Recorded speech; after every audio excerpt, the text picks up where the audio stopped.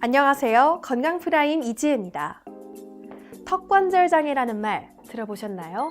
잘 모르겠다고요? 자, 그럼 이건 어떨까요? 밥을 먹거나 입을 벌리고 담을 때 턱에서 무언가 걸리는 느낌이 나고 탁탁 소리가 나는 경우. 네, 주변에 어렵지 않게 접할 수 있는 모습이죠. 바로 이런 증상이 있을 때 턱관절 장애일 가능성이 높다고 합니다. 턱관절 장애는 턱관절에 염증이나 탈구로 인해 통증과 잡음이 생기고 입을 벌리는데 장애가 생기는 질환입니다. 우리나라 인구 중 30% 이상이 이 턱관절 장애를 겪고 있을 만큼 이 질환은 흔한 질환인데요. 턱을 둘러싼 근육, 뼈, 관절 등의 배열이 틀어지거나 턱관절을 감싸는 근육, 연골, 디스크 등이 손상되기 때문에 입을 벌리기도 힘들고 입을 벌릴 때마다 턱관절에서 잡음이 발생하게 됩니다. 턱관절 장애가 나타나는 원인에는 여러 가지가 있습니다. 정신을 집중할 때 윗니와 아랫니를 꽉 무는 경우가 있는데 이런 행동이 턱관절 장애의 원인이 됩니다. 둘째, 얼음이나 사탕, 견과류를 자주 깨물어 먹는 습관이 있는 경우입니다.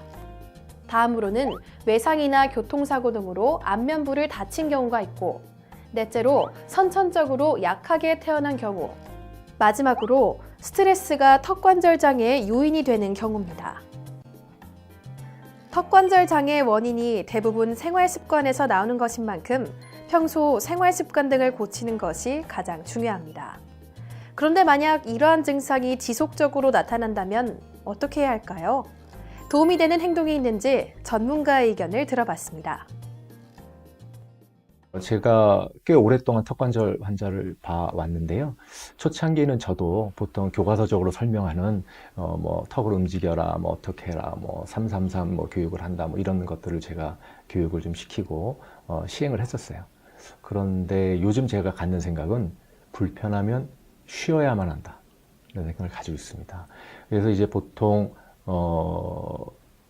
추나요법 이런 거 한다고 가서 막 턱을 목, 어깨 하면서 턱을 아래로 막 인위적으로 스트레칭을 시키고 이런 운동들을 하시는 분들이 있어요. 그리고 과하게 턱을 좌우로 불편한데도 불구하고 이런 연습을 시키고, 저는 오히려 그건 아니라고 생각합니다. 간혹 치아 교정으로 턱관절 장애를 고칠 수 있다고 말하는 경우가 있습니다. 보통 관절이 불편해서 병원을 찾았는데 부정교합이 있으니 치아 교정을 하자는 것이 이런 경우죠. 물론 이 방법이 완전히 틀렸다고는 할 수 없습니다. 하지만 부정교합이 있는데 턱관절 이상 소견까지 있는 상황이라면 턱관절 치료를 먼저 한 뒤에 장치 등을 이용해 치아 교정을 하는 것을 더 권한다고 전문가는 밝혔습니다. 턱 교정이 없는 상태에서 치아 교정을 한다면 그 과정에서 장치가 맞지 않을 수 있기 때문입니다. 반드시 턱관절 치료와 부정교합을 같이 치료해야 하는 건데요. 자, 그렇다면 치료 이후 재발 방지를 막기 위한 방법에는 어떤 것들이 있는지 알아볼까요?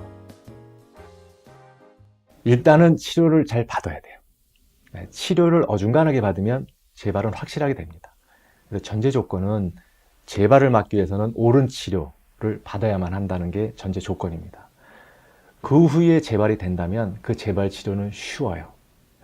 그런데 우리가 질문을 바꿔봐서, 그럼 우리가 턱관절이 발생하는 것을 막으려고 한다면 어떻게 되느냐? 난 지금 괜찮다. 근데 앞으로 턱관절이 좀 문제가 되는 것을 막아보려면 하면, 아까 제가 설명드린 대로 그런 안 좋은 습관들을 자제하는 겁니다.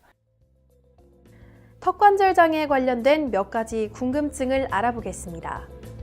첫째, 턱관절 장애, 겨울철에 더 잘 발생하나요? 네, 그럴 수 있습니다. 날씨가 추워지면 턱관절 자체의 문제만큼이나 주변 근육에도 문제가 생길 수 있습니다. 근육이 긴장하면서 턱이 계속 빠지게 되는 거죠. 온도가 내려가면 저작근이라고 불리는 근육들이 원활한 움직임을 방해하는데요. 이때 산소 공급이 잘 안 되면서 턱 주변이 뻐근해지게 되고 장애를 불러일으키는 겁니다. 둘째, 턱관절 장애를 예방하기 위한 방법에는 어떤 것이 있을까요? 먼저 입을 지나치게 크게 벌리지 않습니다. 다음으로 부드러운 음식을 먹는 것이 좋습니다. 셋째로는 턱을 괴는 습관을 없애고, 넷째로 이를 악무는 습관을 고쳐야 합니다.